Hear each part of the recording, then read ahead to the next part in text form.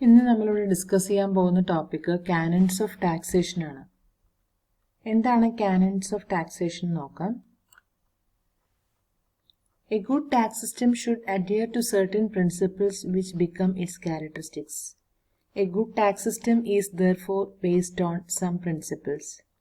Adam Smith has formulated 4 important principles of taxation. A few more have been suggested by various other economists. These principles which a good tax system should follow are called canons of taxation. അപ്പോൾ എന്താണ് canons of taxation? നമുക്കറിയാം ഒരു നല്ലൊരു tax system, ഒരു good tax system follow ചെയ്യുന്ന കുറച്ച് principles ഉണ്ട്. കുറച്ച് പ്രിൻസിപ്പിൾസ് ഫോളോ ചെയ്യുന്ന ടാക്സുകളെയാണ് നമ്മൾ പറയുക it is A good tax system. അപ്പോൾ ആഡം സ്മിത്തിൻ്റെ ഒപ്പീനിയനിൽ എന്തായിരിക്കണം ഒരു നല്ലൊരു ടാക്സ് സിസ്റ്റം ഫോളോ ചെയ്യേണ്ട പ്രിൻസിപ്പിൾസ് എന്തായിരിക്കണം എന്നുള്ളതാണ് നമ്മളിവിടെ ഡിസ്കസ് ചെയ്യുന്നത്. അപ്പോൾ ആ പ്രിൻസിപ്പിൾസിനെയാണ് നമ്മൾ പറയുന്നത് കാനൺസ് ഓഫ് ടാക്സേഷൻ എന്ന് പറയുന്നത് ഒരു നല്ല ടാക്സ് സിസ്റ്റം ഫോളോ ചെയ്യേണ്ട കുറച്ച് ബേസിക് ആയിട്ടുള്ള പ്രിൻസിപ്പിൾസ്. അപ്പോൾ അങ്ങനെ ആഡം സ്മിത്തിൻ്റെ ഒപ്പീനിയനിൽ എന്തൊക്കെയാണ് കാനൺസ് ഓഫ് ടാക്സേഷൻ? ആഡം സ്മിത്തിൻ്റെ ഒപ്പീനിയനിൽ ടാക്സിന് വേണ്ട ഒരു ഗുഡ് ടാക്സ് സിസ്റ്റത്തിന് വേണ്ട പ്രിൻസിപ്പിൾസ് എന്തൊക്കെയാണ്, ബേസ് എന്തൊക്കെയാണ്, അതാണ് നമ്മളിവിടെ കാനൺസ് ഓഫ് ടാക്സേഷൻ എന്ന് പറയുന്നത്. അപ്പോൾ ആഡം സ്മിത്ത് അല്ലാതെ മറ്റ് ഇക്കോണമിസ്റ്റുകളും ഇതുപോലെ തന്നെ കാനൺസ് ഡിസ്കസ് ചെയ്തിട്ടുണ്ട്. പക്ഷെ നമ്മൾ ഇവിടെ പറയുന്നത് ആഡം സ്മിത്തിൻ്റെ മെയിൻ ആയിട്ടുള്ള 4 കാനൺസ് ഓഫ് ടാക്സേഷൻ ആണ്. നമുക്കതെന്താ നോക്കാം. Adam smiths 4 canon of taxation. First one canon of equality അല്ലെങ്കിൽ canon of equity എന്ന് നമ്മൾ പറയും. canon of certainty, canon of convenience, canon of economy. ഇത് 4 എണ്ണമാണ് ആഡം സ്മിത്തിൻ്റെ മെയിൻ ആയിട്ടുള്ള canons. canon of equality or equity, canon of certainty, canon of convenience, canon of economy. ഓരോന്നും എന്താന്ന് നോക്കാം. First one canon of equality. This state that person should be taxed according to their ability to pay tax. That is why this principle is also known as the canon of ability. അപ്പോൾ canon of equality എന്ന് പറയുന്ന canon അറിയപ്പെടുന്ന വേറൊരു പേരാണ് canon of ability. അപ്പോൾ എന്തായിരിക്കും ability എന്ന് പറഞ്ഞു കഴിഞ്ഞാൽ എന്താണ്? ടാക്സ്, ഗവൺമെൻറ് ടാക്സ് ഇമ്പോസ് ചെയ്യുന്നത് എന്തനുസരിച്ചിട്ടായിരിക്കണം? ഒരു ഇൻഡിവിജ്വലിൻ്റെ ടാക്സ് കൊടുക്കാനുള്ള എബിലിറ്റിക്ക് അനുസരിച്ചിട്ടായിരിക്കണം. എബിലിറ്റി ടു പേ ടാക്സ് നോക്കിയിട്ടായിരിക്കണം ടാക്സ് ഇമ്പോസ് ചെയ്യുന്നത്. അതുകൊണ്ട് തന്നെ ഈ ഒരു ടാക്സിനെ നമുക്ക് കാനൺ ഓഫ് എബിലിറ്റി എന്നും കൂടെ പറയാം. Equality does not mean equal amount of tax but equality in tax burden. അപ്പോൾ ഇക്വാലിറ്റി എന്നുള്ളതിൽ ആഡം സ്മിത്ത് മീൻ ചെയ്യുന്നത് ഒരേ രീതിയിലുള്ള ടാക്സ് എന്നല്ല, എല്ലാ ആളുകൾക്കും ഒരേപോലെയുള്ള ടാക്സ് എന്നല്ല, അതേസമയം ടാക്സ് ബേർഡൻ ഈക്വൽ ആയിരിക്കണം. എല്ലാ ആളുകൾക്കും വരുന്ന ടാക്സിൻ്റെ ബേർഡൻ ഈക്വൽ ആയിരിക്കണം എന്നുള്ളതാണ് അദ്ദേഹം ഉദ്ദേശിച്ചത്. ഓക്കെ, അപ്പോൾ എല്ലാ ആളുകൾക്കും ഒരേ എമൗണ്ട് ഓഫ് ടാക്സ് എന്നല്ല, അതായത് 10,000 മന്ത്ലി 10,000 ഉള്ള ആൾക്കും അല്ലെങ്കിൽ 50,000 ഉള്ള ആൾക്കും 1 lakh ഉള്ള ആൾക്കും ഈക്വൽ എമൗണ്ട് ഓഫ് ടാക്സ് അല്ലെങ്കിൽ ഇക്വാലിറ്റി എന്ന് പറഞ്ഞു കഴിഞ്ഞാൽ ഈക്വൽ എമൗണ്ട് അല്ല, എല്ലാ ആളുകളുടെയും ടാക്സ് ബേർഡൻ, എല്ലാ ആളുകൾക്കും ആ ടാക്സ് വരുമ്പോഴത്തെ ടാക്സ് ബേർഡൻ എന്ന് പറയുന്നത് ഈക്വൽ ആയിരിക്കണം എന്നുള്ളതാണ് first canon of equality. Canon of equality follow ചെയ്യുന്നത് പ്രോഗ്രസീവ് ടാക്സ് സിസ്റ്റം ആണ്. പ്രോഗ്രസീവ് ടാക്സ് സിസ്റ്റം നമ്മൾ കഴിഞ്ഞ വീഡിയോയിൽ പറഞ്ഞു. എന്താണ് progressive tax system? Income increase ചെയ്യുമ്പോൾ ടാക്സ് റേറ്റും ഇൻക്രീസ് ചെയ്യും. ഓക്കെ, അപ്പോൾ പ്രോഗ്രസീവ് ടാക്സ് സിസ്റ്റം ആണ് ഇതിൽ ഫോളോ ചെയ്യുന്നത്. Second one canon of certainty ആണ്. അതിൽ according to this canon the tax which each individual is required to pay should be certain and not arbitrary. The time of payment, the manner of payment, കുറച്ച് കാര്യങ്ങൾ ഒരു ഇൻഡിവിജ്വലിനെ സംബന്ധിച്ച് tax പേയ്മെൻറ്റിന് certain ആയിട്ടുള്ള കാര്യങ്ങളുണ്ടാവും. അതിൽ ഒന്നാമത്തെ കാര്യമാണ് ടൈം ഓഫ് പേയ്മെൻറ്റ്. എപ്പോഴാണ് ഈ ഒരു ടാക്സ് പേയ്മെൻറ്റ് നടത്തേണ്ട time. The manner of payment, എങ്ങനെയായിരിക്കണം ടാക്സ് പേ ചെയ്യേണ്ടത്, ക്യാഷ് ആയിട്ടാണോ ഏത് രീതിയിലാണ്.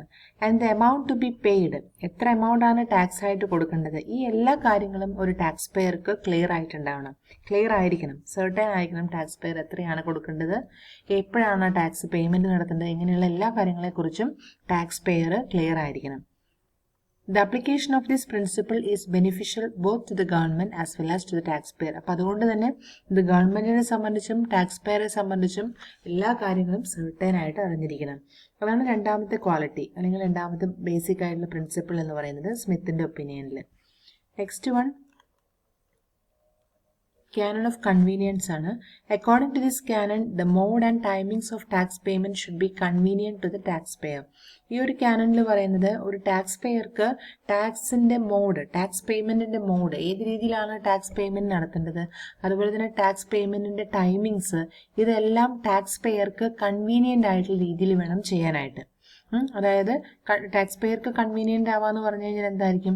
It means that taxes should be imposed in such a manner and at the time which is most convenient for the tax payer. Tax പേയർക്ക് ഏറ്റവും convenient ആയിട്ടുള്ള ടൈമിൽ വേണം ഈ ഒരു ടാക്സിന്റെ കളക്ഷൻ നടത്താൻ.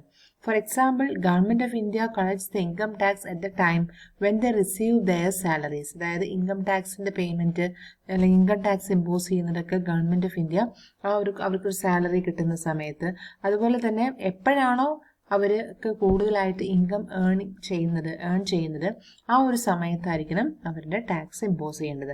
ഇപ്പോൾ ഒരു ഫാർമറെ സംബന്ധിച്ചാണെങ്കിൽ അയാൾക്ക് എപ്പോഴാണോ അയാളുടെ ഹാർവെസ്റ്റിംഗ് ടൈം അല്ലെങ്കിൽ എപ്പോഴാണോ അയാൾക്ക് കൂടുതലായിട്ട് ഇൻകം ജനറേഷൻ വരുന്ന ടൈം, ആ സമയം നോക്കി ടാക്സ് ഇമ്പോസ് ചെയ്യുക. അപ്പോൾ ടാക്സ് പേയർക്ക് എപ്പോഴും എന്തായിരിക്കണം? കൺവീനിയന്റ് ആയിരിക്കണം tax. Last one canon of economy ആണ്. Every tax has a cost of collection. ഏതൊരു ടാക്സ് ആണെങ്കിലും അതിന്റെ കളക്ട് ചെയ്യുന്നതിന് ഒരു കോസ്റ്റ് ഉണ്ട്. Canon of economy implies that the cost of tax collection should be minimum. അപ്പോൾ ഈ ഒരു കാനണിൽ പറയുന്നത് ടാക്സ് കളക്ട് ചെയ്യാനുള്ള കോസ്റ്റ് എന്ത് ചെയ്യണം? മാക്സിമം അത് കുറയ്ക്കണം, അല്ലെങ്കിൽ മിനിമം കോസ്റ്റിൽ വെച്ചുകൊണ്ട് വേണം ടാക്സ് കളക്ഷൻ നടത്താൻ. നമുക്കറിയാം ടാക്സ് കളക്ട് ചെയ്യുന്നതിന് വേണ്ടി ഇപ്പോൾ നമ്മൾ എല്ലാ ടാക്സുകളും ഓൺലൈനായിട്ടാണ് പേയ്മെന്റ്. അപ്പോൾ അതിന്റെ ടാക്സ് കളക്ഷൻ കോസ്റ്റ് നമുക്ക് മാക്സിമം റെഡ്യൂസ് ചെയ്യാനായിട്ട് സാധിക്കും, അല്ലെങ്കിൽ ടാക്സ് കളക്ഷൻ നമുക്ക് അതിന്റെ കോസ്റ്റ് മിനിമൈസ് ചെയ്യാനായിട്ട് സാധിക്കും. അപ്പോൾ ഇതും ഒരു നല്ലൊരു ടാക്സ് സിസ്റ്റത്തിന്റെ ഒരു ക്വാളിറ്റി ആയിട്ടാണ് ആഡം സ്മിത്ത് കണക്കാക്കുന്നത്. അപ്പോൾ നമുക്കിവിടെ കാനൺസിൽ നമ്മൾ 4 കാര്യങ്ങളാണ് കണ്ടത്. ഒന്ന് കാനൺ ഓഫ് ഇക്വാലിറ്റി അല്ലെങ്കിൽ കാനൺ ഓഫ് എബിലിറ്റി എന്ന് പറഞ്ഞു. അപ്പോൾ ഒരു ടാക്സ് പേയറുടെ ടാക്സ് പേ ചെയ്യാനായിട്ടുള്ള അയാളുടെ എബിലിറ്റി അനുസരിച്ചിട്ട് വേണം ടാക്സ് പേയ്മെന്റ് നടത്താൻ. അപ്പോൾ ആഡം സ്മിത്തിന്റെ ഒപ്പീനിയനിൽ ഇക്വാലിറ്റി വേണം ടാക്സ് ഇമ്പോസ് ചെയ്യുന്നതിൽ. ഗവൺമെന്റ് ടാക്സ് ഇമ്പോസ് ചെയ്യുന്നത് ഈക്വൽ ആയിരിക്കണം. അവിടെ ഈക്വൽ എമൗണ്ട് ഓഫ് ടാക്സ് എന്ന് പറയുന്നത് എന്തല്ല നമ്മൾ പറഞ്ഞു, അതിന്റെ എമൗണ്ട് അല്ല ഈക്വൽ ആവേണ്ടത്, പക്ഷേ ടാക്സ് ബേർഡൻ എല്ലാവർക്കും ഒരേ രീതിയിലായിരിക്കണം, ഈക്വൽ ആയിട്ടുള്ള ടാക്സ് ബേർഡൻ ആയിരിക്കണം. കാരണം ഓഫ് സെർട്ടനിറ്റിയിൽ പറഞ്ഞു ടാക്സ് പേയർക്ക് ടൈം ഓഫ് പേയ്മെന്റും അതിന്റെ മാനർ ഓഫ് പേയ്മെന്റും എത്ര എമൗണ്ട് ആണ് പേ ചെയ്യേണ്ടത് എന്നുള്ള കാര്യങ്ങളെല്ലാം ക്ലിയർ ആയിരിക്കണം എന്ന് പറഞ്ഞു, സെർട്ടൈൻ ആയിരിക്കണം എന്ന് പറഞ്ഞു. അതുപോലെ തന്നെ ടാക്സ് പേയർക്ക് കൺവീനിയന്റ് ആയിട്ടുള്ള സമയത്ത് വേണം ടാക്സ് ഇമ്പോസ് ചെയ്യാൻ, കൺവീനിയന്റ് ആയിട്ടുള്ള മോഡിൽ വേണം അവർക്ക് ടാക്സ് ഇമ്പോസ് ചെയ്യാൻ.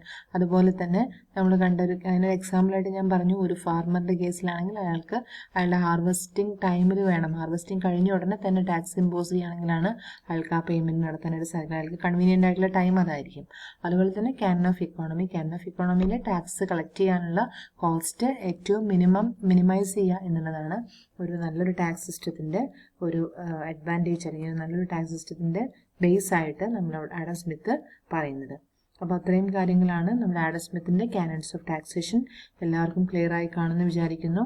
അപ്പോൾ എല്ലാവരും ഏതൊക്കെയാണ് കാനൺസ് എന്നും അതിൻ്റെ എല്ലാത്തിൻ്റെയും ഓരോ കാനൺസിൻ്റെയും എന്താണ് കാനൺ എക്സ്പ്ലെയിൻ ചെയ്യുന്നത് എന്നുള്ള കാര്യങ്ങളും കൃത്യമായിട്ട് പഠിക്കുക.